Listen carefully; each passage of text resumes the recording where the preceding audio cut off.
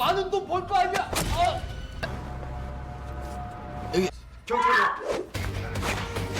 Yoon Seo-yong seorang detektif yang dapat melihat hantu sejak dilahirkan. Dalam menangani kasus, dia dibantu seorang detektif wanita unyu-unyu bernama Han Sun-woo. Dan juga dibantu hantu siswi wanita bernama Han Na-yong. Nah, penasaran kan? Episode pertama dibuka dengan seorang pria berjalan di dalam kegelapan. Pria ini bernama Seo-yong. Dia sangat terkejut setelah menemukan perlengkapan ritual dan seseorang yang sudah tewas dengan badan penuh darah di sekujur tubuhnya. Tiba-tiba seorang detektif bernama Tae-sok dari arah belakang menodongkan pistolnya. Dia menuduh Seo-yong telah membunuhnya. Tentu Seo-yong membantah. Dia berusaha menjelaskan dan meminta Tae-sok tak menodongkan pistolnya. Lalu seseorang menyerang Tae-sok dari belakang dan Seo-yong mendorongnya hingga terjatuh. Hingga akhirnya Seo-yong yang terluka.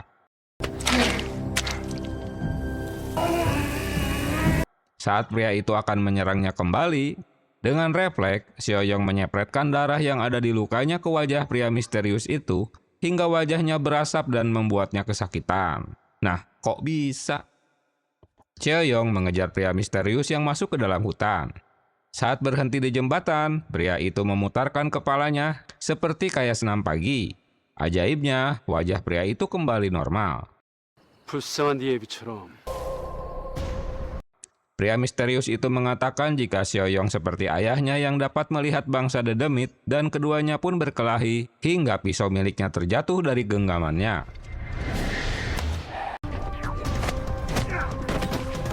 Saat itulah Tae-sok muncul untuk membantu.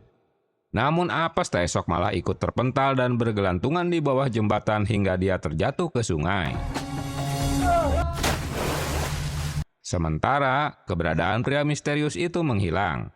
Dan drama Seo-yong pun dimulai.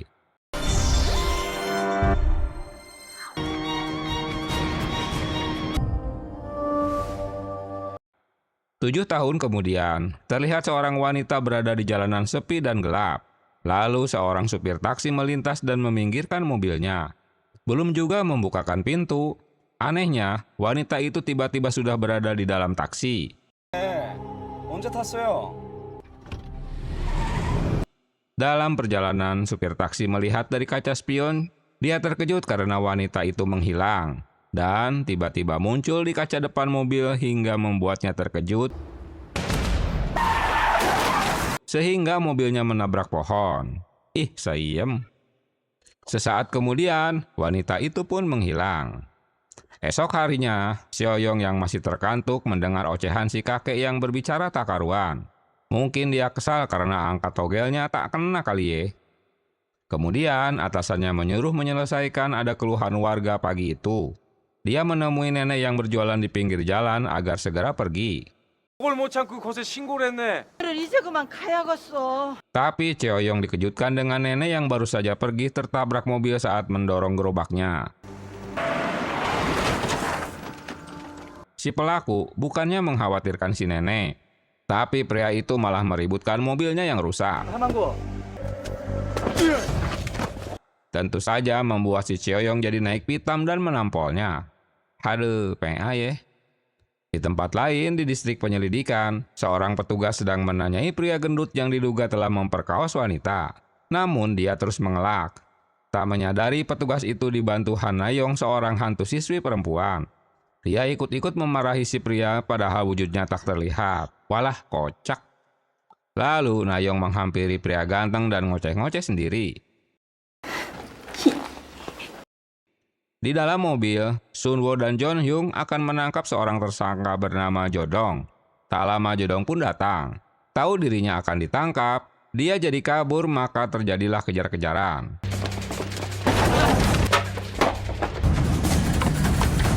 Sayang si Jodong tak berhasil ditangkap. Pria misterius berpakaian hitam menemui Jodong dan mengancamnya. Sementara Sun-woo memeriksa taksinya dan menemukan banyak perhiasan di dalam mobil. Di lain tempat, Sejun seorang bocah meminta tolong Seo-yong untuk mencarikan ibunya bernama Minju yang menghilang, sambil memberikan foto dan permen sebagai hadiah. Aduh, dasar bocah. Polisi sedang membicarakan Jodong yang berhasil kabur. Selain memanfaatkan taksi, dia juga menculik dan membunuh korban lalu merampok perhiasannya. 언제까지 가능성만 찾고 있을 건데. Atasan Byun ngoceh-ngoceh kesal karena kedua bawahannya tak berhasil meringkus si Jodong. Sunwo yakin jika kasus kali ini Jodong memang tak bekerja sendirian. Ada seseorang yang telah membantunya. 보이스도 어쩜 저렇게 섹시하고. Lagi-lagi, hantu Nayong ngoceh-ngoceh pada Sunwo yang sudah jelas-jelas dia tak mendengarnya. Sunwo ternyata mengenal Seoyong yang datang ke kantornya.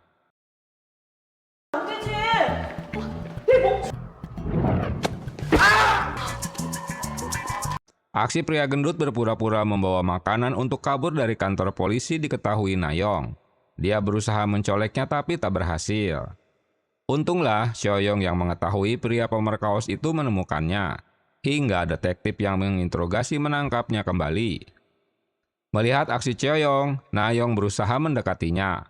Kali ini malah si Nayong yang terkejut karena Seoyong dapat melihat dan mendengar dirinya. 아저씨, 그래, 보인다, 보여.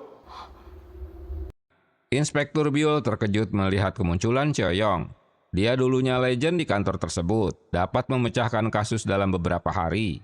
Orang-orang mengira jika dia juga paranormal alias dapat melihat dunia dedemit. Mereka memberikan julukan hantu gila. 미친 귀신. 그게 저놈 별명이야. Niat Seoyong datang ke kantor polisi untuk memberikan laporan orang yang hilang, tapi polisi menyuruhnya kembali. Polisi lain memberitahukan jika pria itu bernama Seoyong. 7 tahun lalu, dia orang yang telah mengacaukan penyelidikan hingga seorang temannya tewas. Kecewa dengan penolakan polisi, dia pergi dengan raut wajah muram. 나 입간지로 죽겠어. 아저씨! Sambil tak menghiraukan ocehan hantu Nayong. Tiba di kantornya, dua ahjusi sedang adu mulut membicarakan siapa yang bersalah dalam kecelakaan sebelumnya, di saat seorang supir taksi diganggu hantu. Ujung-ujungnya, mereka berdua jadi berkelahi dan menjatuhkan foto di kantong Seoyong. 아그 사람들 참 Salah satu dari ajusi itu mengetahui wanita yang berada di foto itu adalah hantu yang mengganggunya. 이 여자가 귀신이라고요? 귀신? Berita ini membuat Seoyong terperangah. Karena bajunya robek, Seoyong bergegas ke loker. Kedua ahjusi itu kembali bertengkar. Tapi kali ini kedatangan Sunwo dan Jonghyun menghentikan keributan. 광수대에서 나왔습니다. 한번 확인해 보겠습니다. Sunwo melihat foto yang terjatuh di mana wanita itu mengenakan kalung yang ditemukannya di dalam taksi. Sementara Seoyong menghindar untuk bertemu dengan mereka, bahkan tak mau menerima panggilannya. 윤처용 경사님? Seorang wanita naik taksi Jodong. Untuk memperdaya penumpangnya, Jodong menyediakan permen karet di mobilnya yang dapat membiusnya. 좋으니까 Bocah Sejun masih menanyakan keberadaan ibunya yang tak kunjung datang ke rumah sakit. Sunwo beserta Jonghyun menemui dokter dan mendapat penjelasan jika ada banyak kasus di mana orang tua kabur karena tak bisa membayar biaya rumah sakit. 보기 힘들어서 아이를 버려. 준이 어머니가 그럴 리 없다고 생각해서. Kembali ke taksi. Setelah penumpang itu pingsan, Jodong memanfaatkan untuk membuat perhiasannya. Tapi apes tim patroli keburu datang dan menghampirinya. Dengan speak-speak ngibul, dia berpura-pura menerima panggilan teleponnya hingga kedua polisi itu tertipeng dah. 104동 1106호. 하기로 한 친구인데 혜선이 옆에 없어요. Tapi salah satu polisi itu mencurigai hingga dia mengejar taksinya kembali. Laporan patroli didengar Seoyong yang sedang bertugas. Dia pun ikut menyergapnya. Begitu juga dengan Sunwo dan Jonghyun. Di suatu tempat, Jodong berusaha melucuti kembali perhiasan penumpangnya. Posisi Seoyong yang paling dekat dengan pelaku berusaha mencarinya. Kemunculan pria misterius bertopi mengagetkan Jodong. Sementara Seoyong berhasil menemukan taksi itu, namun penumpangnya sudah tak ada. Karena si penumpang wanita memang sudah dipindahkan. 내 눈깔이 똑바로. Merasa dibohongi, Jodong pun ditikam. 여자 빼고 더 많은 돈 벌 거 아니야. Aksi ini membuat si penumpang wanita berteriak hingga terdengar oleh Seoyong. Lalu dia dapat memergoki pria misterius dan mereka pun berkelahi. Sayangnya wanita bernama Haesun itu malah ditikam sebelum si pria itu kabur.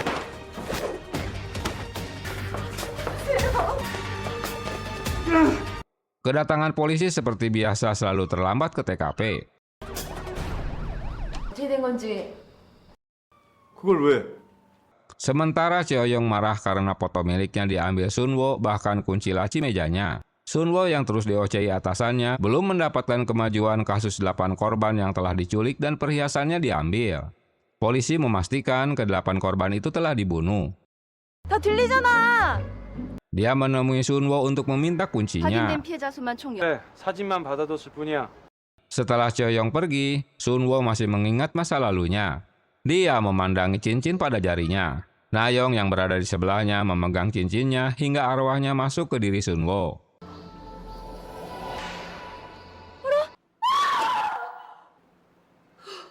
Nayong terkejut melihat dirinya berada di tubuh Sunwo.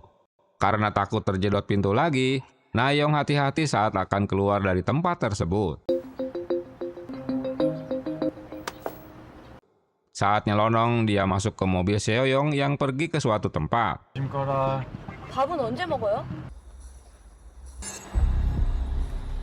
Cheoyong melihat hantu wanita sepertinya dia memberikan kode agar diikuti hingga ke dalam hutan. Melihat tingkah Sunwo yang aneh, akhirnya Cheoyong menyadari jika Sunwo kerasukan Nayong. Tiba-tiba tubuh Sunwo merasa kesakitan, hingga dia mengingat peristiwa masa lalu sebelum akhirnya pingsan. 야, 하선호! 정신 차려! Cheoyong menduga jika itu ulah hantu Min Ju-yeon. Cheoyong membawa Sunwo yang tak sadarkan diri hingga menidurkannya di sebuah kamar. Lalu dia memarahi hantu Nayong karena telah merasuki dirinya. 나갈 수 있다는 게 너무 다른 사람 행세를 했다. 선호도 위험해질 수 있었어. Hingga kondisinya ngedrop. Cheoyong mengancam agar Nayong tak berulah lagi. Setelah Sunwo siuman, Jeonhyun menerima kabar dari rumah sakit. Mereka pun menemui Haesun yang menceritakan jika dia tak sadarkan diri setelah makan permen yang disediakan supir taksi. 택시를 탔고 껌을 씹었어요. Pria misterius itu memiliki tato bintang di leher belakang. Lalu Sunwo memberitahukan Cheoyong tentang tato tersebut. 계신 이유 말입니다. 홍천을 살해한 용의자의 뒷목에서 문 별문신? Cheoyong menemui petugas asuransi bernama Min Yong. Dia menceritakan jika beberapa bulan sebelum kehilangan kontak dengan Min Ju-yeon, mereka bertemu karena Ju-yeon ingin membatalkan dana asuransinya karena butuh uang buat operasi Sejun. Anaknya telah mendapatkan donor ginjal, dan juga dokter telah menjadwalkan operasinya. 그동안 고생한 거 생각하면 기분 좋게 해약해지긴 또 처음. Setelah itu, Cheoyong melanjutkan ke Chinatown untuk bertemu Hwang. Namun kemunculannya malah tak disambut baik, hingga dia terpancing emosi dan akhirnya mereka berkelahi. 황풍호! 나도 황풍원데. 내가 황풍호인데!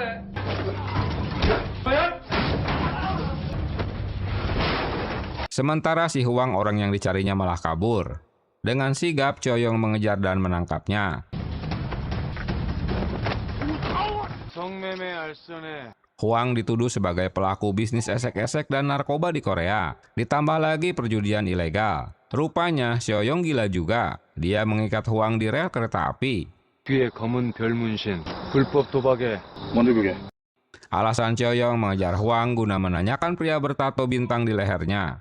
Karena Hwang tak mau buka mulut, Cheoyong tak mau melepaskan di saat kedatangan kereta akan melintas. Mungkin dia juga ngompol karena ketakutan. Bisa jadi sih.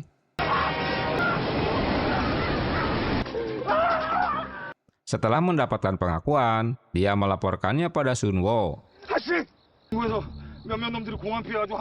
Menurut hantu Nayong, kemungkinan penculikan itu dilakukan supir taksi di pagi hari. Karena Min Ju-yeon hampir jarang meninggalkan rumah sakit karena sakit anaknya. 이상하단 말이야.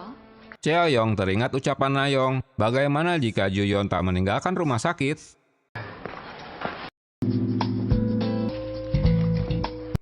Di lain tempat, Jeonhyun mendapat daftar tunggu operasi dari pusat transplantasi organ jika beberapa pasien kaya mendadak mengundurkan diri dengan alasan tak jelas. Tapi setelahnya beberapa orang tersebut melakukan operasi transplantasi organ.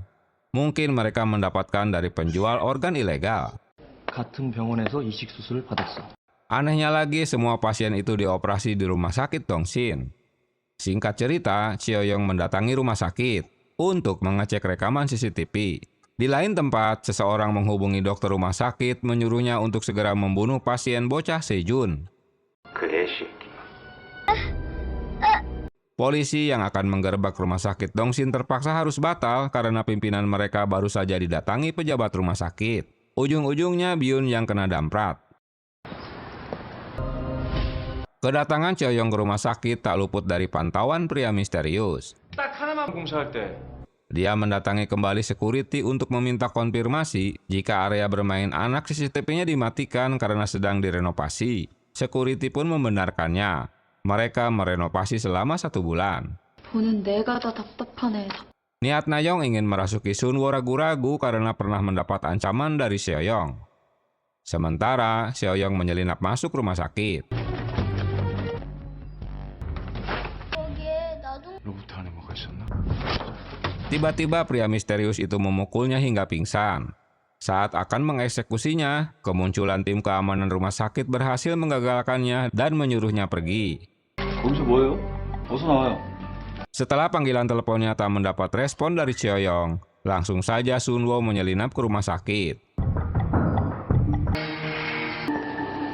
Sementara dokter yang ditekan untuk membunuh Sejun mulai menemui dan mengajaknya pergi.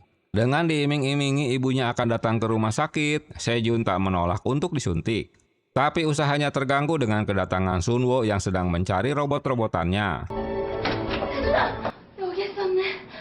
Setelah membuka tutup baterainya, ternyata ditemukan data SD card yang berisi ucapan ibunya untuk Sejun. 엄마야, 편하게 수술 잘 받으라고. Dokter yang berniat jahat jadi teringat di mana saat itu dia mendapat ancaman dari pria misterius yang sama untuk tetap mencari organ tubuh.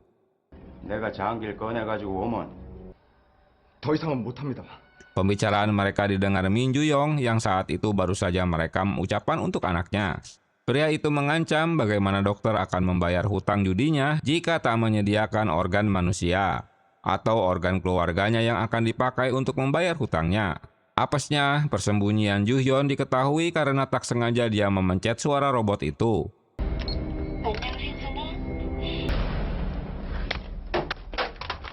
Karena ocehan mereka terlanjur didengarnya, maka Ju-hyun yang dikorbankan. Dari pantulan layar komputer, Sunwo melihat dokter itu akan menyuntik obat biusnya. Hingga dia terkejut dan menyuruh Sejun untuk pergi dari ruangan. Apesnya lagi, setelah Sunwo dapat menampol si Pak Dokter, lagi-lagi pria misterius itu muncul dan akan membawa Sunwo sebagai gantinya si bocah. Di bagian lain, Sioyong mulai siuman. Dia segera menolong Sunwo atas laporan Sejun, hingga mengejarnya karena pria itu menggunakan mobil ambulans untuk membawa Sunwo. Dalam perjalanan, Sioyong tak berhasil mengejar karena mobilnya ngepot.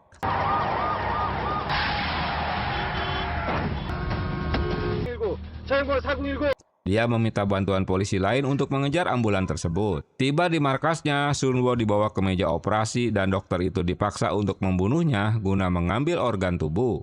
Sesaat kemudian, Sioyong tiba di lokasi. Walau mendapat perlawanan, dia dapat mengalahkannya. Dia juga harus menghadapi pria misterius.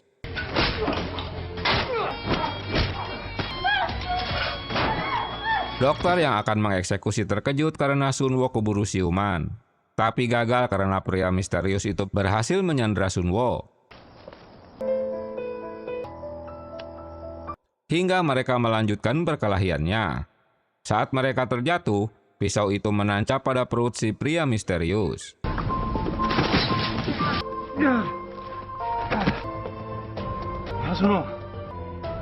Esok hari, polisi melakukan patroli di sekitar TKP dan menemukan jasad Ju-hyun yang telah membusuk.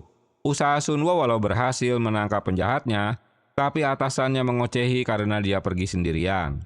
모르겠습니다. 아 이거 큰일 났네. 대단하지 않습니까? Hanya nasihat yang dapat diberitahukan Sioyong pada Sejun jika ibunya sudah tewas. 무슨 얘기 하신 겁니까? 사라졌든 죽었든 더 이상 찾지 마라. Kita diperlihatkan dua orang pria yang memasuki tempat serem untuk melakukan live streaming mengejar hantu alias uka-uka. 추천 한번 눌러주십시오. 고맙습니다. 야, Anehnya, bukannya hantu yang dikejar, tapi mereka yang ketakutan hingga kabur dari tempat tersebut. Waduh, kacau ini mah.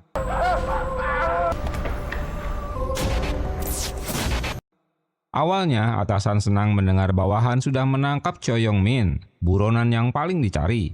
Dia jadi marah karena tersangka harus dirawat di rumah sakit selama 10 minggu karena luka-lukanya. 병원에 있습니다. 너 총이라도 쐈냐? 그럼 내가 그냥 무릎이라도 꿇을까? 어? Nayong baru tahu jika arwahnya hanya bisa merasuki Sunwo. Saat dia iseng akan merasukinya lagi, 야 고삐! dengan refleks Cheoyong meneriakinya, yang tentu membuat satu ruangan keheranan karena Cheoyong ngoceh sendiri. Tak sengaja Nayong memegang cincinnya dan kembali merasuki Sunwo. Cheoyong yang mengetahui hal itu berusaha memarahi Nayong agar dia segera keluar dari tubuh Sunwo. Seorang tersangka bernama Song baru saja ditangkap karena membunuh istrinya. Ia meminta tolong Cheoyong bahwa dirinya tak bersalah, tapi dia tak menggubrisnya. 시칼에서 짐은 나왔고 Di resto Ceromlah, ulah Sunwo menghabiskan minuman soju dalam sekejap membuat teman-teman terheran. Hanya Cheoyong yang tahu jika itu ulah Nayong. Berita di televisi menyebutkan tentang pembunuhan Yesol yang dilakukan Song. Padahal menurut tetangganya selama ini mereka akur-akur aja. Di akhir penayangan berita, Nayong dan Cheoyong tahu jika ada hantu wanita yang terekam kamera di rumah tersebut. 송 씨와 최 씨는 2년차 부부로 평소 사이가 택시! 택시! Karena Sunwo sudah mabuk berat, terpaksa dah Cheoyong harus menggendongnya pulang, karena taksi tak mau membawanya. Saat Sunwo siuman, dia terheran karena berada di rumah Cheoyong karena tak mengingat apapun. 근데 무슨 짓을 한 겁니까? 하고 싶은 거 아니면 그만 일어나지. Cheoyong penasaran datang ke TKP. Sebuah uang logam menggelinding sendiri sebagai petunjuk untuknya.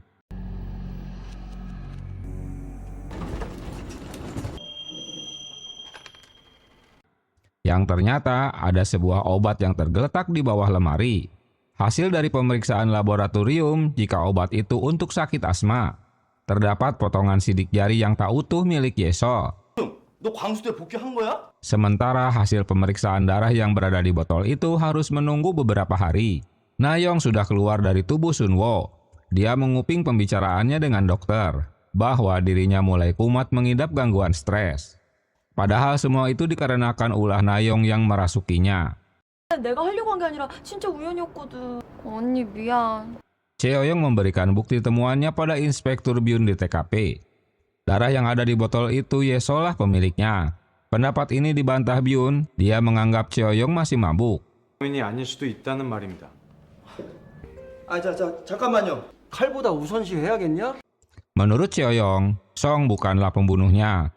Ucapan ini mengejutkan teman-temannya, apalagi Jonghyun orang yang menangkap Song. Jonghyun keberatan karena ini kasusnya, ngapain si Cheoyong ikut campur? 지문 나왔어? Polisi telah menetapkan Song sebagai pembunuh karena terdapat sidik jari di pisau yang dipakai untuk menikamnya. 나오지 않았습니다. Sementara tak ada sidik jari di botol itu. Berdasarkan laporan tetangga, jika pertengkaran mereka terjadi pukul 17.45, sementara polisi tiba di TKP 18.02. Berarti pertengkaran terjadi selama kurang lebih 20 menit. 구두를 신은 채였습니다. 그 전부터 싸우고 있었다고 가정하면 곧 거실에서 Menurut laporan polisi, jika Song memakai sepatu kulit dan jejak sepatunya hanya terdapat satu arah ke korban. Itu artinya Song baru tiba di rumah setelah istrinya tewas ditikam seseorang. Sunwo menyarankan untuk melakukan investigasi ulang. Song diinterogasi ulang oleh Sunwo. Dia tak mengenal obat yang baru saja ditemukannya. 한 적도 없었고 돈 한 푼도 없었습니다. 정말 아닙니다.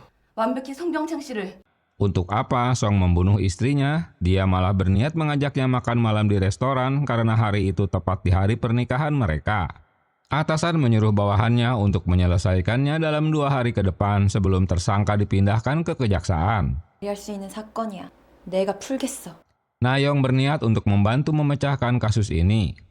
Mereka mengadakan rapat dadakan untuk memecahkan kasus. Keberadaan Nayong ikut nimbrung hanya didengar oleh Cheoyong. Atasan memutuskan jika kini mereka harus menangkap Jang, seorang rentenir dan mucikari. Singkat cerita, mereka pun menangkap Jang yang akan mengantar para PSK. 뭐냐 너? 양철호.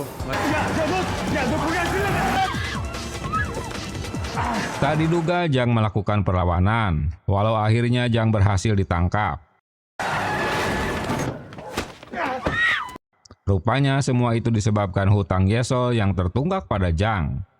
Semakin diselidiki kasus ini malah tambah runyam. 씨가 특별히 신경 많이 쓰셨어요. 주기적으로 후원금도 보내주셨고요. 전까지 기록이 전혀 없었습니다.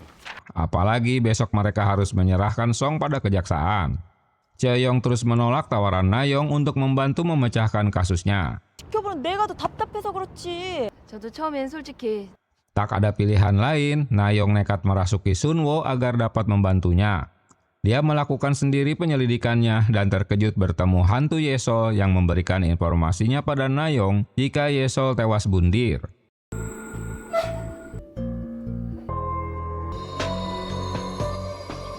Namun menurut catatan polisi, jika yang tewas itu Misok. Dalam kesempatan itu, Cheoyong melihat juga pertemuan mereka. Dengan membawa foto Yesol, Cheoyong menemui Jang kembali. Asistennya memberitahukan bukan wanita di foto itu yang meminjam uang pada mereka. 이 여자는 최연서가 아니에요. 완전 다른 여자였다니까요. Mungkin maksudnya si Misok. Kemungkinan Misok telah mencuri identitas Yesol yang sudah tewas untuk mengelabui suaminya setelah kabur dari rumah. Karena status Misok dan Yesol sama-sama yatim piatu. 11년 사망 신고가 된 강미수가 그래서 지난 3년 동안 기록이 없었던 거네요? Sunwo teringat dengan perkataan Ahjuma saat di panti jompo jika si Ahjuma mencari putrinya bernama Misok. Waktu yang tersisa tinggal 8 jam lagi. 이거 제일 좋아하셨잖아요. Nenek Misok selalu menanyakan cucunya pada Hyunjin karena tak pernah menemuinya lagi. Seseorang bernama Jae Gwang sedang menguntitnya. 손해볼 거 하나도 없다니까. Sunwo menemukan foto keluarga Misok dalam arsip mereka.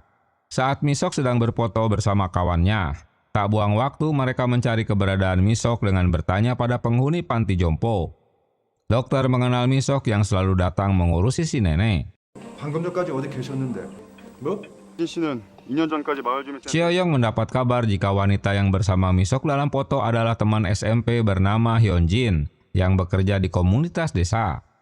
Dia juga orang yang menerima sertifikat kematian Misok. Menurut warga desa, jika Misok telah menikah, suaminya bernama Jae Gwang sering melakukan KDRT pada istrinya dan melarang sang istri untuk keluar rumah.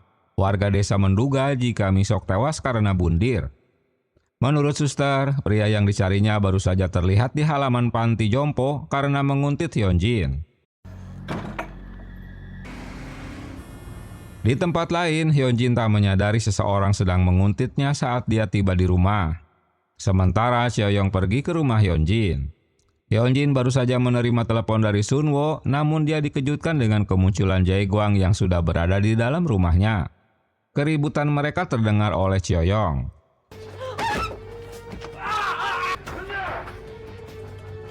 Jae Gwang menyalahkan Hyunjin karena telah membawa Misok pergi dari rumah. Padahal menurut Hyunjin bahwa suaminya lah yang telah membunuh istrinya. 네가 죽인 거야? 사고였다. Saat itu pernikahan Misok dengan Song sudah berlangsung 2 tahun. Misok sedang pilih-pilih gaun yang akan dipakainya. Dia terkejut dengan kedatangan Jae Gwang suami yang ditinggalkannya. Rupanya Jae Gwang lah orang yang memiliki penyakit, dia selalu batuk-batuk. Jae Gwang membaca pesan dari Song bahwa dia akan mengajak Misok pergi makan di restoran. Karena terbakar api cemburu, Jae Gwang jadi emosi, apalagi Misok mengaku bernama Yesol. Jae Gwang mengancam jika dia akan memberitahukan Song siapa Misok sebenarnya. Tak suka diancam, Misok pun mengambil pisau dapur. Misok alias Yesol sudah tak lagi hidup bersama Jae Gwang. Tapi masalahnya si suami tak mau ditinggalkan. Duh, runyam iki. Saat mereka berebut pisau itulah mereka terjatuh dan pisau itu menancap di perut Misok.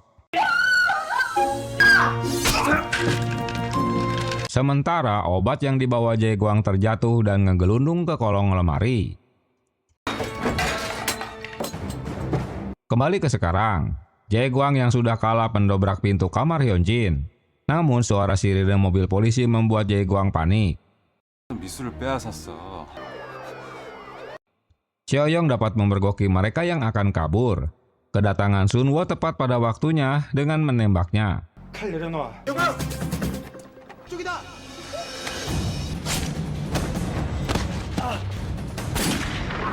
Dan polisi pun menangkap Jae-gwang. Hyunjin menceritakan masa lalu jika dialah yang merubah identitas Misok menjadi Yeso. Setelah mengetahui temannya akan bundir, suaminya percaya jika istrinya bundir berdasarkan surat dan sepatunya yang tertinggal di atas jembatan. Singkat cerita, Song mengajak nenek Misok untuk menemui cucunya di rumah Abu. Seorang siswi bernama Jae-ha dihampiri seseorang yang mirip dengannya. Dia didorong hingga terjatuh dan tewas. Sejak itu murid-murid membicarakan hantu di sekolah mereka. Hari itu tim kepolisian akan memberikan arahan di sebuah sekolah SMA. Dua kelompok siswi sedang adu mulut karena membicarakan sekolah mereka yang berhantu. 네가 떠벌리고 다니는 거지? 그날 이후로 우리들 사이는 끝이야. 괜찮아? Keributan ini diketahui Sunwo yang menanyakannya pada Seki. Saat detektif memberikan peragaan jika siswi menghadapi penjahat, tiba-tiba seorang siswi lainnya memberitahukan ada lagi murid yang terjatuh dari tangga yang sama. Dia bernama Seki. 심시간마다 틀던 음악 아니야? Untunglah siswi itu tak sampai tewas. Seki adalah temannya Jae-hae. Saat kejadian, dia dan Jae-hae akan bertemu di dekat tangga. Namun dia mendengar Jae-hae terjatuh dan tewas. 계단 앞에서 만나. 기억이 나질 않아요. Sejak kejadian itu, polisi melakukan penyelidikan di sekolah mereka. Menurut guru, jika Jae-hae adalah murid pintar, tapi entah mengapa tiba-tiba dia menjadi murid nakal. Dia suka mengajak teman-temannya untuk mabuk-mabukan di sekolah. 당장 튀어나와. 그래서 술 먹다가 저한테 몇 번 젖발.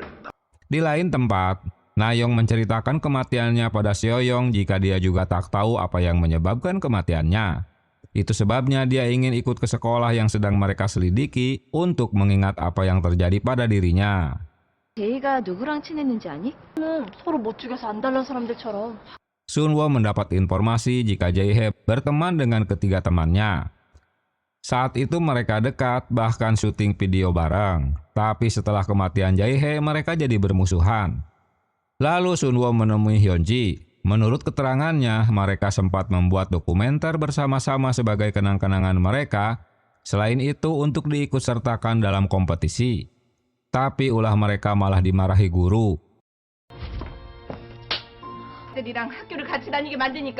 Selain itu, Ibu Seki sebagai orang tajir malah memarahi Jae-hae dengan menuduhnya jika semua itu ulahnya. Menurutnya, syuting mereka mengganggu teman-teman yang sedang belajar.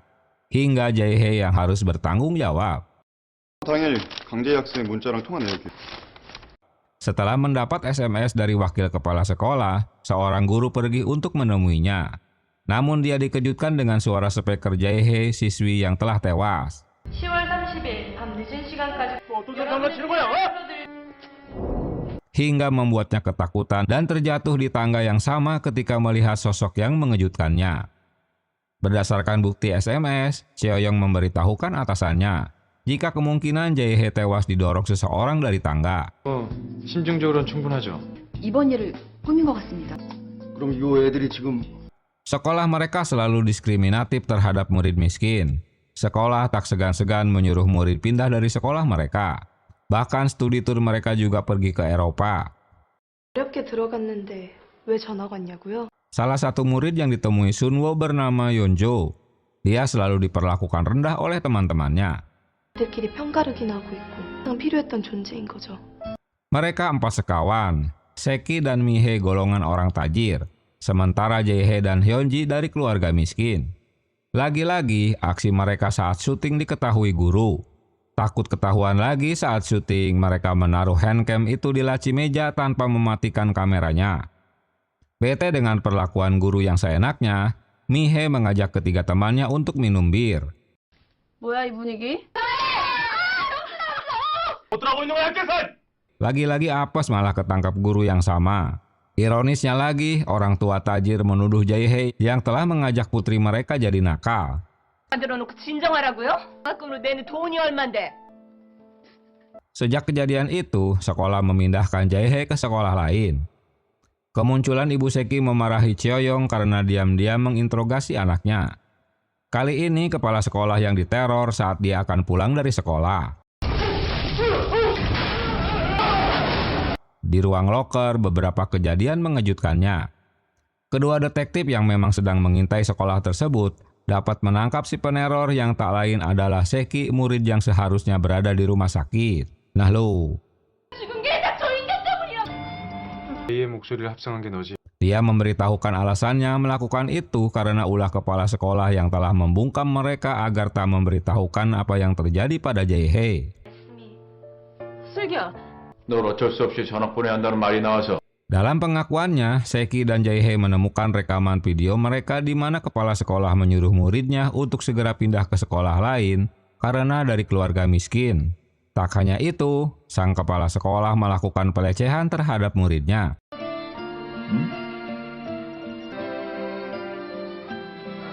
Rencana Jae-hye untuk melaporkannya pada polisi ditentang Mi-hye karena Jae-hye sebentar lagi akan pindah sekolah. Tak menemukan kata sepakat, Jae-hye menyarankan untuk menghancurkan rekaman video mereka. Tapi kali ini malah Seki yang menolak. Dia berebut rekaman itu. 슬기야, 기어이 그걸 까시겠다. Di saat yang tepat, Mi-hye dan Hyunji datang. Dia ingin mengambil rekamannya. Karena mereka tarik-tarikan memperebutkan kaset rekaman, malah Jae-hye yang berusaha memisahkan mereka terjatuh dari tangga. Saat itu kepala sekolah muncul dan mereka semua harus memanipulasi sebagai kecelakaan jika mereka tak ingin dianggap pembunuh. Sementara kaset video rekaman itu entah kemana. Sesaat kemudian, mereka dikejutkan dengan bunyi sirene di sekolah. 아무도 제 말을 들어주지 않았어요. 저거 현재 아니야? 떨어지는 거 아니야? Di mana Hyunji berada di atap gedung akan bundir. Karena alasannya, dialah orang yang mendorong Jae-hye. Kepala sekolah yang memang kucing dapur mengetahui hal ini malah memanfaatkan dirinya. 어떻게 조용히 빠져나온 줄 알아?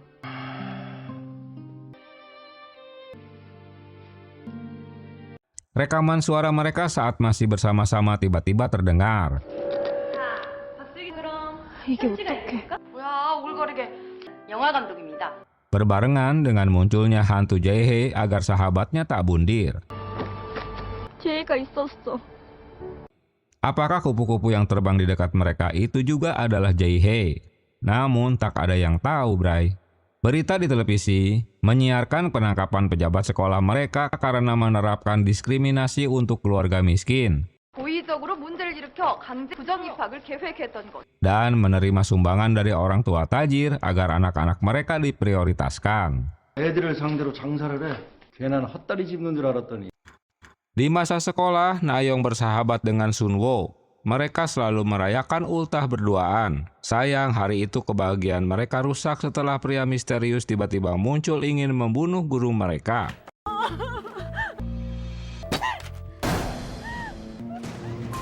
Setelah bu guru itu pingsan, pria misterius mengetahui kehadiran mereka. Agar keduanya tak terancam, Na-young memberanikan diri kabur meninggalkan Sun-woo. Sementara kedatangan Cheoyong terlambat tak dapat menyelamatkan Na-young yang sudah jadi mayat.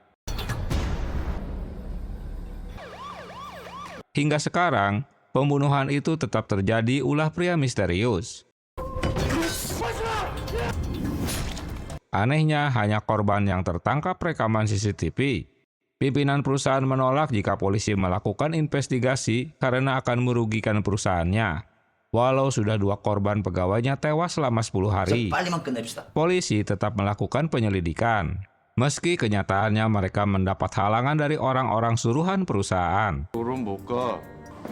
얻는 수가 있어? 괜찮아요? Hingga mereka pun berkelahi.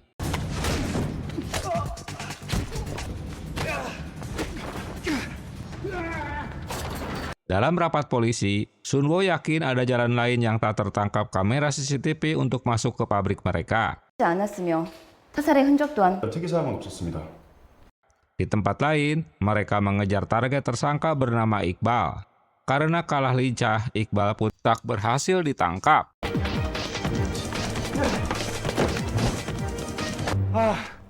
Pimpinan pabrik meminta bawahannya untuk tetap bekerja di pabrik, namun dia menolak karena takut jadi korban juga.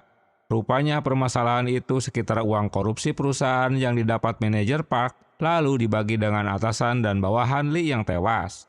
Mereka tak menyadari pembicaraannya di kuping seseorang. Setelah mereka berpisah, Cheoyong bertemu dengan pemilik pabrik. Suara gaduh membuatnya penasaran. Cheoyong melihat ke dalam pabrik, ternyata sang penguntit itu ruh jahat langsung membunuh pegawai tersebut. 그만 내려줘. Ini Cheoyong dapat memergokinya. Sayang, pembunuh itu kabur setelah Sunwo juga muncul di pabrik. Walau mereka menginterogasi pemilik pabrik, tapi tak mendapatkan petunjuk. 운영할 때 회사 이익이 훨씬 컸으니 대답하세요. Cheoyong menyadari jika pembunuhan di pabrik dilakukan oleh hantu yang dendam pada mereka. Rencana Cheoyong untuk membunuh ruh jahat ditentang Nayong. Alasannya, ruh jahat belum tentu bersalah. Diam-diam, Nayong merasuki lagi tubuh Sunwo, meminta agar Cheoyong tak membunuh hantu itu. 혹시 내가 지금 여기서 이러고 있겠습니까? 무서워. Tapi usaha Nayong bersembunyi di tubuh Sunwo diketahui. Sunwo menemukan orang yang dicurigai bernama Endura yang dicocokkan dengan pria bernama Iqbal. Sementara Cheoyong mendapat informasi dari pembimbing jika Endura bekerja di Jinsung Group. Dia memang pernah menjadi muridnya. Namun mereka mengalami kecelakaan hingga tangannya diamputasi. Endura dipecat dari pabrik tersebut. 않을 정도로 보상금까지 약속했는데 Di tempat berbeda, Sunwo menemui pemilik pabrik. Dia mengaku jika pemilik telah memecat Endura karena kecelakaan kerja. Cheoyong diantar pembimbing datang ke rumah Endura dan menemukan foto keluarga mereka. Sebelum beraksi, Cheoyong masuk ke rumahnya untuk mengambil senjata guna membunuh iblis. 개소리하지 마 임마. Di bagian lain, Iqbal menemui pemilik pabrik untuk mengambil uang suapnya. Di saat lengah, dia ditampol hingga tersungkur. Saat itulah Endura muncul dengan kekuatannya.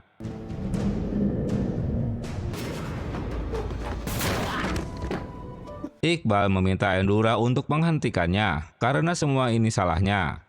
Di masa lalu, Iqbal mengajak Endura untuk menuntut haknya. Dia menarik tangannya, tapi rupanya tangan Endura telah hilang karena kecelakaan kerja. 후사원금 주시기로 했잖아요. Tiba di ruangan bosnya, ternyata sedang berjudi. Permintaan Endura agar pemilik pabrik memberikan kompensasi atas kecelakaan kerja padanya tak digubris. Walau dia sudah berlutut dan memohon. Duh, kejam. 필요 없어요. 고향에 있는 Tapi teman-temannya malah mengusirnya. Hingga kecelakaan terjadi lagi di mana Endura kepalanya terbentur meja dan tewas. Kejadian ini dilihat oleh Iqbal. Pemilik pabrik berusaha menyuapnya agar Iqbal tak ngoceh. Sementara mayat Endura dibungkus plastik dimasukkan ke dalam tong air. 입만 다물으시면 돼. Endura terus menuntut keadilan pada bosnya. Tapi Cheoyong tiba di tempat itu, dia yang tak tahu apa yang sebenarnya terjadi malah membantu pemilik pabrik untuk membunuh Endura. 이런다고 달라지는 거 없다는 거 알잖아.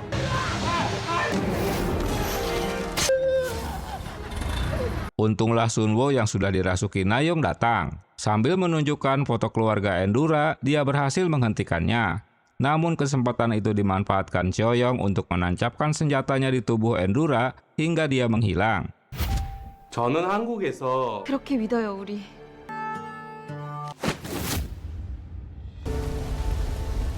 Sementara polisi menangkap Iqbal dan mendapatkan mayat Endura di dalam tong air. 아, 그럼 애초에 미안할 짓을. 미안해. Cheoyong kesal pada Nayong karena selalu ikut campur dalam tugasnya. 아, 그래도 마지막 순간만큼은 진짜로. 여자 만날 시간도 없다고 버텨. Seseorang yang sedang mancing di waduk tiba-tiba ia merasa ketakutan karena ada bayangan melintas mengganggunya. Apalagi saat hantu itu menampakkan wajahnya. Wajah ketakutannya hilang di saat pancingannya mendapatkan ikan. Dia pun menariknya. Temannya yang baru saja datang melihat ikan yang didapatnya malah kabur ketakutan. Yang ternyata bukannya ikan, melainkan mayat yang terkait kail pancing. Temuan mayat ini sampai juga di telinga Byun. Sunwo dan Choyong pun dikirim ke TKP. Di sana mereka bertemu dengan polisi dari wilayah barat. 에이스는 얼어죽을. 좀 둘러보겠습니다. Anehnya, mayat ini tidak membusuk dan tetap utuh. Choyong melihat hantu yang sepertinya akan memberikan petunjuk ada sebuah ponsel. Hasil forensik menjelaskan bahwa tubuh bagian luar mayat masih bagus, tapi organnya sudah membusuk. Diperkirakan kematiannya lebih dari 2 bulan. Kematiannya akibat patah tengkuk tulang belakang. 수많은 창상이 존재한다는 점. 떠오르는 주된 이유는 Identitas mayat bernama Insuk. Usianya masih 33 tahun, bekerja sebagai arsitek. Dia juga telah dilaporkan menghilang sejak 3 bulan lalu. Dari hasil diskusi mereka, Byun menyimpulkan jika mayat ini korban pembunuhan. 원한이네 원한. 일반적인 매듭과는 다른 좀 Singkat cerita, mereka mendatangi rumah orang tuanya. Saat mengecek ke kamarnya, Cheoyong menemukan foto Insuk sedang bersama wanita. Di tempat lain, Jonghyun mencari tahu di kantornya dan menemukan satu nama bernama Dongmi, 동미가 누구죠? 인석이랑 사귀던 대학 후배입니다. seorang mahasiswi yang berfoto dengannya. Cheoyong dan Sunwo bergegas menemui Dongmi. Dia mengakui jika hubungan mereka memang dekat karena Insuk senior di kampusnya. 알고 계셨습니까? 과 선배였어요. 그래서 우연히 만난 적. Masalahnya, apa suami Dongmi tahu kedekatan mereka? Nah lo. Beberapa saat kemudian, suami Dongmi pun datang. Dia terkejut karena ada 2 tamu yang datang di malam hari. Guna menanyakan kedekatan istrinya dengan mayat yang baru saja ditemukan yang diduga tewas tanggal 5. 나가세요 당장. 그럼 다음에 다시 연락드리겠습니다. 어디서 뭐하고 계셨습니까? Jonghyun mencurigai teman kantornya, sementara Cheoyong mencurigai suaminya dan Sunwo meminta Dongmi untuk menjelaskan apa yang dia ketahui. 출장 중이었다고 얘기했지 않습니까? 6일에 다시 나가셨더군요. Suami mengakui jika dia tugas ke Cina. Padahal menurut data yang dibawa Cheoyong, jika kepergiannya itu kembali tanggal 2 dan pergi lagi tanggal 6. Berarti ada 3 hari yang harus dia menjelaskan alibinya. Sunwo memojokkan Dongmi karena di tanggal 4 mereka akan bertemu. Tapi Dongmi mengaku dia tak datang menemuinya. Setelah ditekan, akhirnya Dongmi mengaku jika mereka bertemu. Tanpa sepengetahuannya, teman suaminya mengetahui pertemuan tersebut dan memberitahukan pada suaminya bernama Yongjun. 오빠, 이제 그만 보자. Dalam kesempatan itu, Dongmi meminta Insuk agar mereka tak bertemu lagi. Wah, bener itu. 그런 거 없어요. Dengan bantuan Nayong, Cheoyong berhasil menemukan plat mobil yang dipakai paparazzi yang selalu menguntitnya. Untuk mencari tahu status kasus penyelidikan mereka, seorang polisi dari wilayah barat menemui detektif Kang. Hingga dia membantu mengikat berkasnya. 이런 사건 잘 해결하는 형사 있다며. 워낙 독고다이기질이라. Cheoyong berhasil menemukan kedua paparazzi. Awalnya mereka tak mau mengaku. 제일 흥신소 애들도 왔고. 안다고 막 방방 뛰더라니까요. Di masa lalu saat mereka masih kuliah, mereka selalu bersama-sama. Tapi Insuk tak berani mengungkapkan perasaannya, hingga mereka bekerja. Malam itu Insuk berniat menjemput Dongmi, tapi sayang keduluan Yongjun yang juga menjemputnya dengan mobil. 내가 용기 내주길 바랬어요. Ya, gigit jari tuh.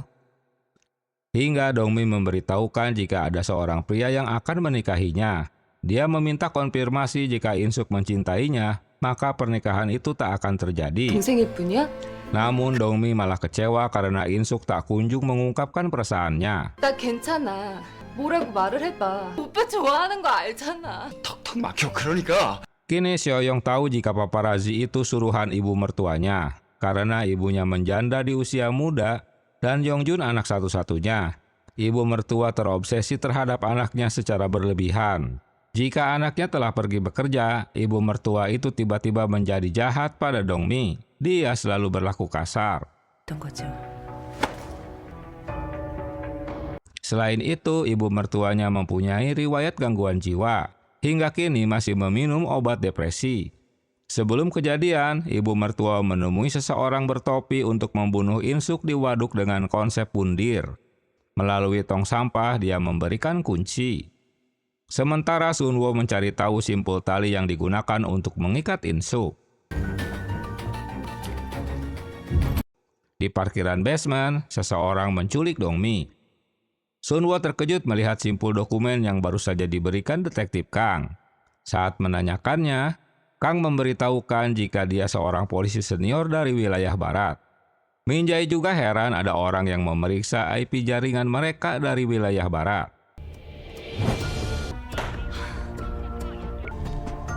Karena Sunwo tak dapat menghubungi Sioyong, maka dia bergegas menyusulnya ke waduk. Di lokasi, Sioyong menemukan Dongmi tak sadarkan diri. Namun rupanya, itu hanyalah jebakan. Pria bertopi dari wilayah barat menodongkan pistolnya. Tak mau mati konyol, Sioyong pun melawan hingga mereka saling menembak.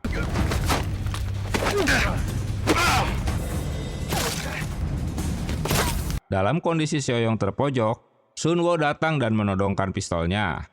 Tapi polisi bertopi itu tahu jika peluru pistol pertama itu selalu kosong. Maka Sunwo pun tertembak. Kesempatan itu dimanfaatkan Sioyong untuk menyerangnya. Singkat cerita, Sunwo dibawa dengan ambulan. 걱정 말고. Dongmi mengingat masa lalu saat Insuk tak mau menikahinya. Dengan hati dongkol, dia meninggalkannya. Yongjun menanyakan pada ibunya bagaimana mungkin ia tega melakukannya. Jawabannya mengejutkan bahwa ibunya tak ingin ada siapapun orang yang mencintai anaknya. Karena akan merebut kasih sayang sang ibu. 어렴풋이 기억이 나는데 미쳤냐? Seorang wanita mendatangi toko barang-barang antik dan mengambil patung yang akan dibuang.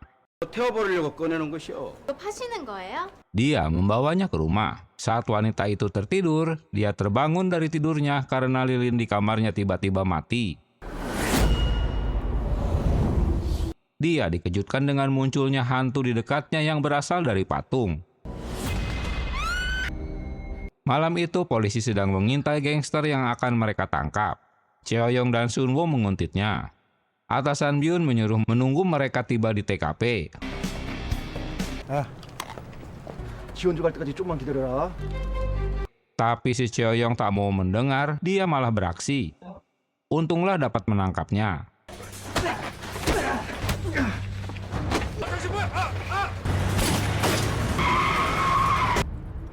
Patung berhantu itu dibawa Jong Hyun ke kantornya. Tentu ocehannya tak dipercaya teman-temannya. Patung itu malah dibawa seseorang yang datang ke kantor mereka. Wali yang menjemputnya memberikan pesan pada Sunwo agar mereka bertemu besok di sebuah taman. Byun mengajak timnya untuk nongkrong di kafe Seromlah. Nayong yang tak diajak, dia terpaksa merasuki kembali Sunwo. 노래방 가고 싶어 미치겠단 말이야. 저는 빼주십시오. Tapi tiba-tiba atasan meminta rapat dadakan sehingga rencana mereka berantakan. Sunwo yang dirasuki Nayong terpaksa harus mempresentasikan kasusnya di hadapan pimpinan. Tentulah karena jiwanya Nayong dia ngoceh-ngoceh tak karuan. 또 활동 중인 저희가 검거한 포착한 것은 Hanya Cheoyong yang tahu jika jiwa itu adalah Nayong dan berakhir dengan dia tak dapat menyelesaikan presentasinya. Akhirnya Cheoyong yang melanjutkan. 좀 어지러운 상태인 것 같습니다. Esok harinya Sunwo mendatangi taman yang dijanjikan namun Yosuk tak datang.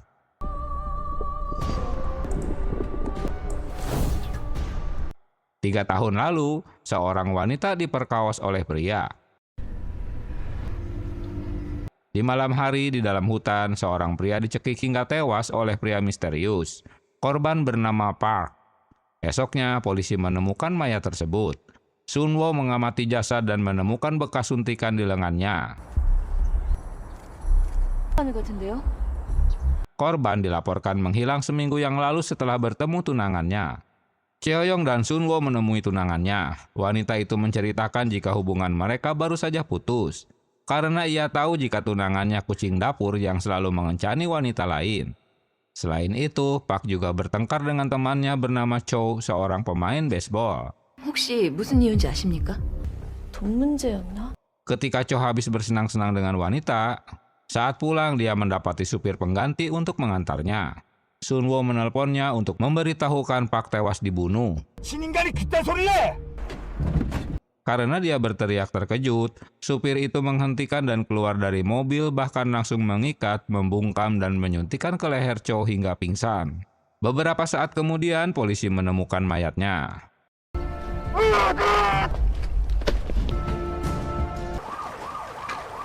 Di dalam rapat, polisi mengetahui kedekatan Park dan Cho yang sama-sama pria mesum. Saat itu 3 pelaku pemerkaos wanita ditangkap. Salah satunya bernama Gyuhan. Dalam pengakuan Gyuhan pada pengacaranya, ia membalikan fakta jika korban wanita itu yang datang menemui mereka dan merayunya. 먼저 룸에 들어와서 내 말 맞추고 있는 거야? Ocehan ini membuat Nayong yang berada di ruang interogasi jadi kesal. Akhirnya pengacara itu dapat membebaskan mereka. Nayong ngoceh-ngoceh pada Seoyong karena polisi membebaskan pelaku. 그게도 아니고. Berkas kasus tak ada di ruangan arsip. Mereka menemui kantor polisi lain dan mendapatkan berkasnya. Polisi itu memberitahukan jika mereka mendapatkan pengakuan dari ketiga pelaku dan menemukan jejak kaki mereka di TKP. 사건 현장에서 족족도 여러 개가 발견됐습니다. Selain itu, bukti bekas perkawasan juga ditemukan. Namun tiba-tiba kasus itu dipindahkan ke kantor polisi daerah sehingga ketiga pelaku dibebaskan. Saat itu korban malah dianggap kecanduan narkoba di diskotik. Duh, kejam ya. 저의 법원에 찾아다니셨습니다. Ayah korban bernama Mansuk mendatangi setiap kantor polisi selama 1 tahun agar kasus anaknya diselidiki ulang, tapi tak ada yang mau mendengarkannya. Hingga hakim telah menutup kasus tersebut. Jelas Mansuk tak mendapat keadilan. Dari temuan Jong Hyun jika ketiga pelaku pemerkaos dan pembunuh Jisoo, 2 orang ditemukan sebagai pelakunya tewas. 광역수사대에서 왔습니다. Seoyong menemui Mansuk yang dirawat di rumah sakit, guna menanyakan tentang pria Cho dan Park yang tewas. Mansuk memang mengenali keduanya. Sementara Sunwo menanyakan kepada petugas rumah sakit tentang Mansuk. Mansuk mengeluh karena polisi hanya berdiam diri di saat ada kasus anaknya. Kini setelah kedua orang ini tewas, polisi baru menemuinya. Mansuk merasa tak mendapat keadilan sambil memberikan alat rekam dan berkas-berkas yang telah dikumpulkannya. Di mana dalam artikel itu anaknya diperkaos dan dibunuh. Saat itu, tepat di hari ulang tahun ayahnya, Jisoo datang ke kantor dan memberikan makanan untuk sang ayah. Mansuk bekerja hingga jam 9.30 malam. Saat dirinya akan pulang, seorang teman memberitahukan agar Mansuk menggantikannya bekerja malam ini karena anaknya sakit masuk IGD. Mansuk menolak karena malam itu dia sudah janjian untuk bertemu putrinya. 최대한 빨리 갈게. 일단 끊어. Tapi karena kondisi anak temannya memang darurat, terpaksa deh Mansuk melanjutkan bekerja. Hingga esok harinya dia datang ke rumah sakit setelah mendengar putrinya tewas. Mansuk menyesal tak dapat menemui putrinya malam itu. Andaikan mereka bertemu, tentu tak akan terjadi peristiwa memilukan. 누가 벗겨줍니까? 챙겨줍니까? Sunwo mendekati Gyuhan yang juga teman Cho dan Park saat di sekolah. Gyuhan juga hadir di pemakaman kedua temannya. Merasa diselidiki, Gyuhan jadi marah pada Sunwo. Di lain tempat, Seoyong mendatangi diskotik untuk bertemu seseorang bernama Kim, teman Dongwoo. Kim tak tahu di mana Dongwoo berada. 약물 과다 투여. 지금 어디 있어? 동생 투석병 낸다고. Sementara Jong Hyun sedang menyelidiki pria yang tewas karena dicekik. Tulang lehernya benar-benar hancur. Belum jelas siapa pelaku sebenarnya. 오늘 얘 피부가 녹아내리는 걸 말하고요. 모조리 다 아스라틀이었어요. 도무지. Atasan Byun hanya bisa ngoceh-ngoceh pada bawahannya tanpa memberikan solusi. Jisoo menceritakan apa yang terjadi pada Eun-sung. Malam itu acara ultah ayahnya telah disiapkan Jisoo. Tapi ayahnya tak jadi datang karena harus lembur di pabrik. 괜히 기분 풀어주겠다고 억지로 클럽에 데려가서. 근데 아무도 안 믿어줬어요. Kecewa karena ayahnya tak datang, Eun-sung mengajaknya pergi ke diskotik. Seoyong mencurigai Gyu-han sebagai pelaku yang masih hidup. 정말 잘못한 사람은 누구고 나머진 법이 양만석 씨가 범인이라고 해도 그럼 양만석 씨가 범인이라는 거야? Di tempat lain, dokter memberitahukan obat berjenis fentanyl yang kekuatannya 50 kali dari morfin. Min Jae menduga jika obat ini yang disuntikan pada kedua korban. Sunwo memberitahukan fentanyl pada Seoyong. Karena dokter tak pernah memberikan resep obat ini, berarti ada orang lain yang memberikannya. 뭐? 김태민. Seoyong mencurigai Kim yang telah memberikan obat ini. Di bagian lain, Gyu-han marah karena usahanya lagi sepi. Beberapa saat kemudian, Dong-woo menghubunginya. Dong-woo kesal karena Gyu-han tak memperdulikan saudaranya saat dia di penjara, sehingga saudaranya tewas. Dong-woo akan membocorkan rahasianya pada polisi. Gyu-han tak menyadari jika Kang sedang mengawasinya. Sunwo dan Min Jae berniat menemui Mansuk, tapi dia menghilang dari kamarnya. Atasan Byun juga memberitahukan jika Gyu-han menghilang, yang ternyata diculik oleh Mansuk dan membawanya ke suatu tempat. Gyu-han disuntik lehernya oleh Mansuk. 그만들 하시죠. 그 창녀 같은 년 하나 때문에 Ayah Gyu-han yang merasa sok kuasa dengan seenaknya memarahi atasan Byun karena anaknya hilang. Sunwo yang mendengarnya tak terima dan membantah Ajusi. 뭐? 뭘 그렇게 당당하시죠? 인연이 인간이 진짜 보자 하니까. Karena itu Byun juga jadi membela bawahannya yang direndahkan. Nayeong tak sengaja membaca pesan masuk di ponsel Sunwo bahwa bukti dan senjata pembunuh anaknya tersimpan di kamar di pusat penyembuhan. Ia hanya ingin membalaskan dendam pada kematian putrinya untuk mengembalikan kehormatan dan nama baiknya. 아, 그럼 혹시 Mansuk akan bundir setelah membalas dendam pada Gyu-han. Dengan merasuki Sunwo, Nayeong memberitahukan Seoyong di mana Mansuk berada. Lalu dia pun menemuinya. Di sebuah tempat, Gyu-han sudah diikat dan disekap Mansuk, bertepatan dengan hari kematian Jisoo.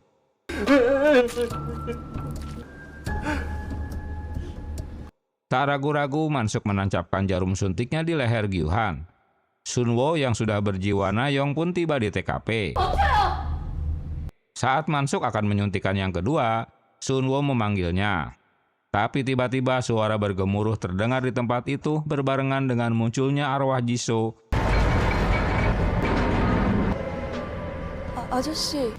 아저씨 보고 있다고요. Yang hanya dapat dilihat oleh Nayeong.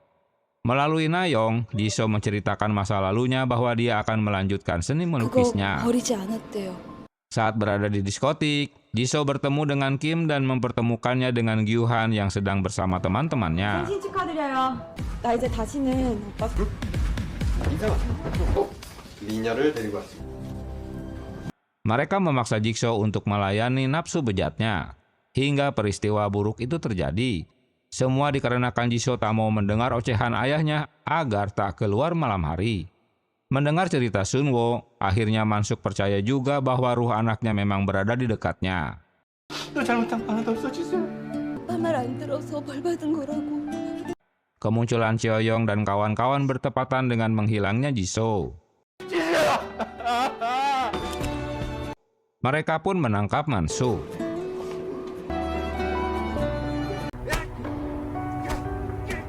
Di malam bersalju, Jong-hyun dan Seoyong tak dapat menangkap penjahat yang ditargetnya.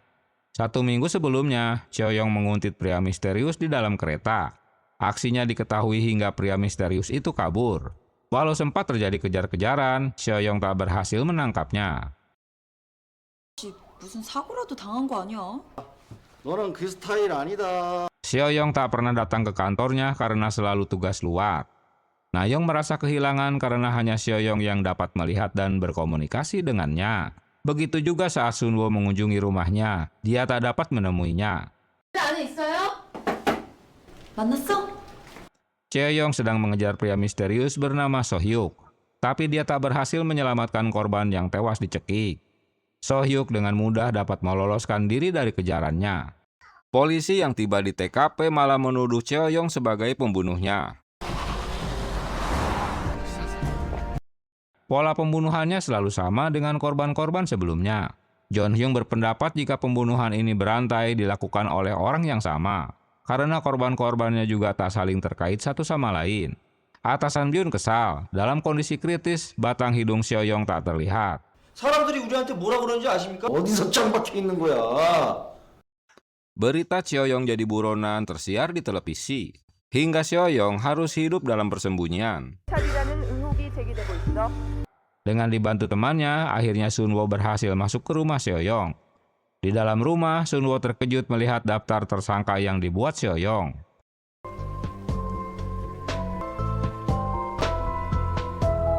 Jika salah satu pria buronan bernama Sohyuk itu orang yang telah membunuh Nayong di masa lalu.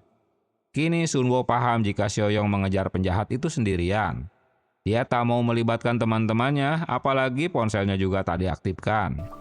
혼자서 그러는 겁니까?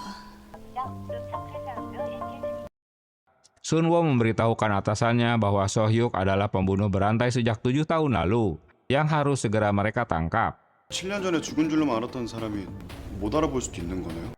Pelaku ini sudah dikejar Seo-yong selama 7 tahun hingga temannya juga tewas. Karena Seo-yong selalu bekerja sendirian seperti di awal episode. Sunwo menjelaskan bahwa setahun sebelum jadi pembunuh, Sohyuk adalah ayah normal yang bekerja sebagai surveyor tanah. 저도 같이 있었습니다. 한나영, 제 친구입니다.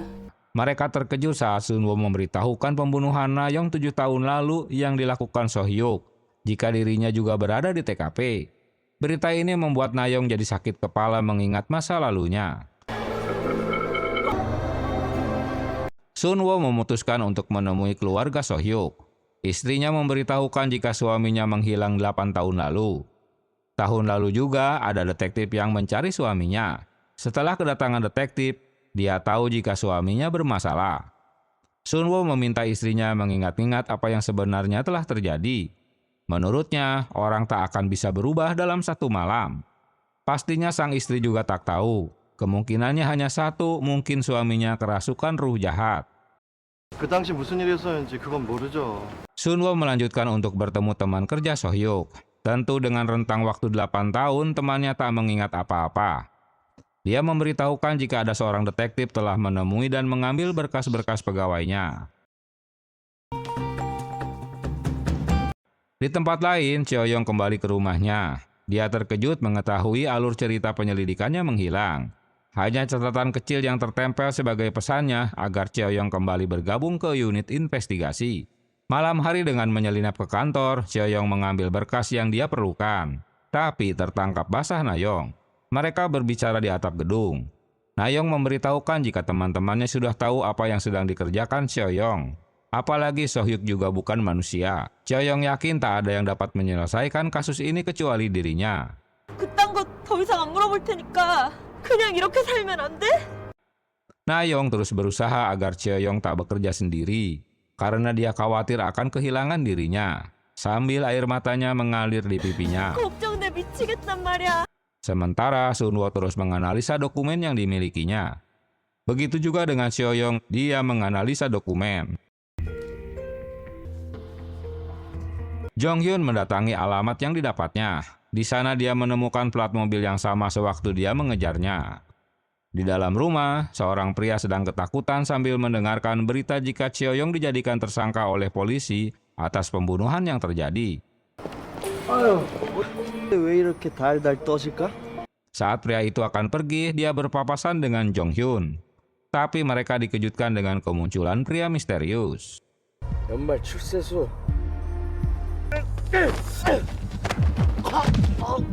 Tak buang waktu, Jong-hyun langsung menyerang pria itu untuk menangkapnya. Tentulah tak mudah, Bray. Pria misterius itu membunuh targetnya. Walau Jong-hyun menembakkan pistolnya, pria misterius itu terus menghampirinya hingga dapat melemparkan tubuhnya seperti bola basket aja, Cok. Setelah tak berdaya, Jong-hyun terancam nyawanya. Saat itulah Seo-yong datang dan menembakkan pistolnya. Tapi Seo-yong tak mampu menghadapinya. Hingga dia mengeluarkan pisau pusaka yang melukai dirinya untuk menggunakan darahnya melawan pria misterius tersebut. Lagi-lagi Cheoyong terpental tak berdaya. Pria misterius itu menghampiri dan membuka tutup kepalanya. Cheoyong tercengang melihatnya karena pria itu bukanlah Sohyuk melainkan Han Tae. 윤초영 아직도 날 기억 못하나? Cheoyong berjalan dengan tatapan kosong. Dia teringat Han Tae saat akan membunuh Myung-soo. Cheoyong berhasil menghentikan bahkan membunuh dengan pisau saktinya. Tiba di rumah sakit, Byun dan teman-teman lainnya telah mengunjungi Jong Hyun. Karena Cheoyong tak mau memberitahukan apa yang terjadi, atasan pun jadi menampolnya. 설명을 하라고. 수가 없어. Cheoyong yang keras kepala tak ingin membahayakan teman-temannya, itu sebabnya dia ingin menyelesaikan kasusnya sendirian. Sunwo yang mengejarnya juga tak digubris. Dia hanya memberikan ponselnya pada Cheoyong agar mau menjawab panggilannya. 언제부터 알고 계셨습니까? 나중에 때 설명할게. Sementara Cheoyong yang dianggap DPO melarikan diri di saat polisi akan menangkapnya.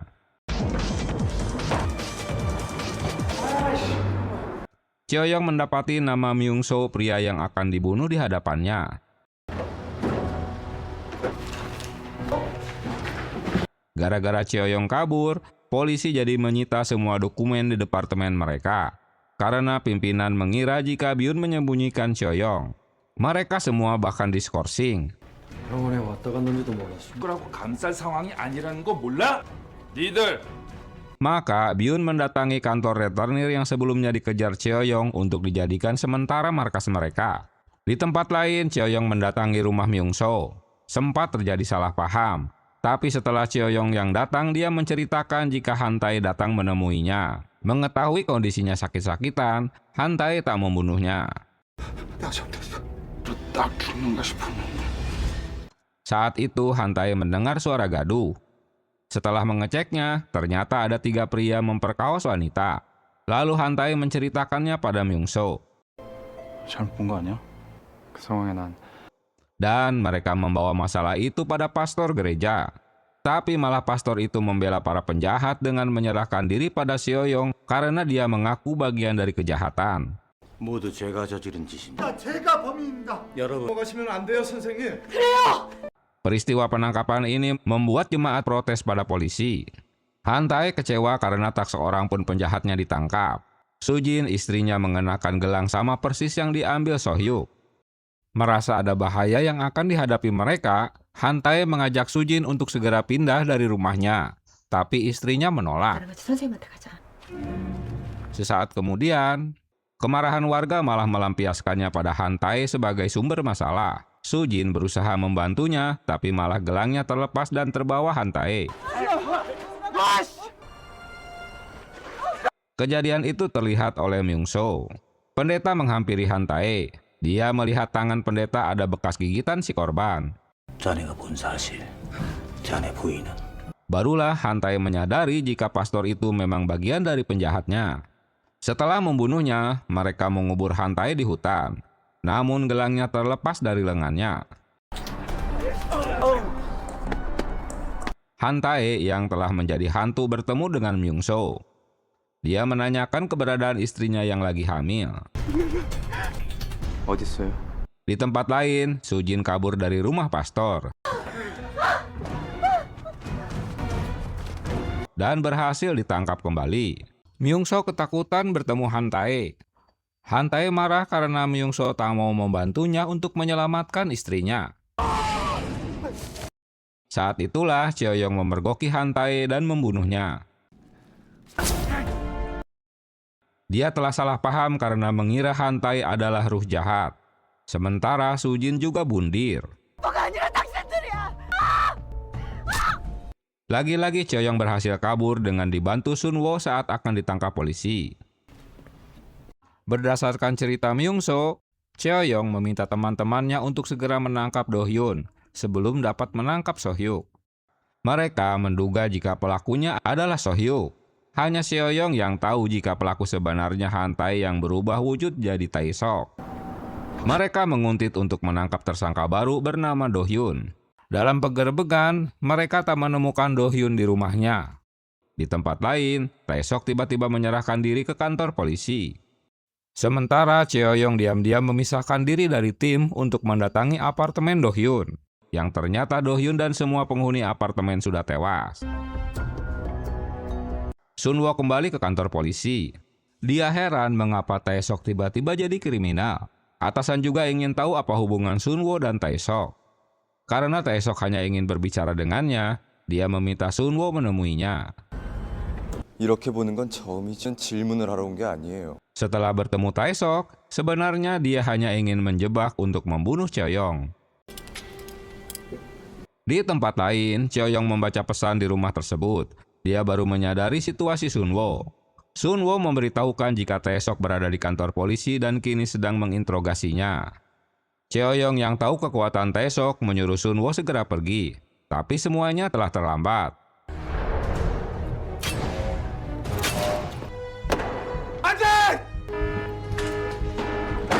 Dengan mudah Tae-sok melepaskan borgol dan berniat membunuh Sunwo. Para pengawal yang masuk menemuinya dengan mudah dilumpuhkannya. Lalu Tae-sok membawa Sunwo keluar gedung. Na-yong yang tak dapat menghalanginya, mereka berdua sama-sama teringat jika So-hyuk pernah menyanderanya. Sementara Cheoyong masih di perjalanan. Tiba di kantor, Tae-sok telah pergi. 오케이. Cheoyong menemui Tae-sok di taman bermain yang terbengkalai. Rupanya dendam Tae-sok dikarenakan Cheoyong telah membunuhnya di saat dia akan menyelamatkan istri dan bayinya. Oh gitu. Untuk menyelamatkan Sunwo, Na-yong merasuki dirinya hingga dapat melepaskan ikatannya. Tae-sok yang sangat marah tak memberi kesempatan Cheoyong untuk melawannya. Dalam suatu kesempatan, Cheoyong dapat membuat Tae-sok kesakitan. Usulan Sunwo untuk menikam Tae-sok tak berhasil. Tembakan Sunwo menghentikan Tae-sok untuk membunuh Cheoyong. Di saat Cheoyong berhasil melukai kakinya, tiba-tiba Tae-sok mengaku sebagai temannya. Hingga Cheoyong lengah lagi dan Tae-sok yang berjiwa hantai menyerangnya kembali. Na-yong menghalangi Sunwo yang akan ditikam Tae-sok dengan pisau Cheoyong, hingga keduanya mendapatkan akibatnya.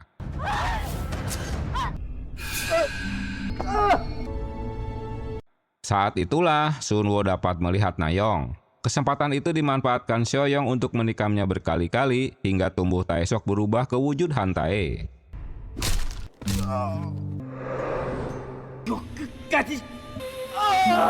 Begitu juga dengan tubuh Na-yong perlahan-lahan mulai menghilang. Keesokan harinya, mereka berdua berziarah ke makam Na-yong. Sunwo memberitahukan jika Na-yong lah orang yang telah menyelamatkan dirinya. 뭘 어떻게 해야 할까요? 1 tahun kemudian, atasan Byun heran melihat Sunwo kini jadi wanita kejam yang berani menampoli penjahat. 이거 어쩌다 이렇게 됐어? 야, 똑바로 앉아. 이거 어떻게 할 거야? 아,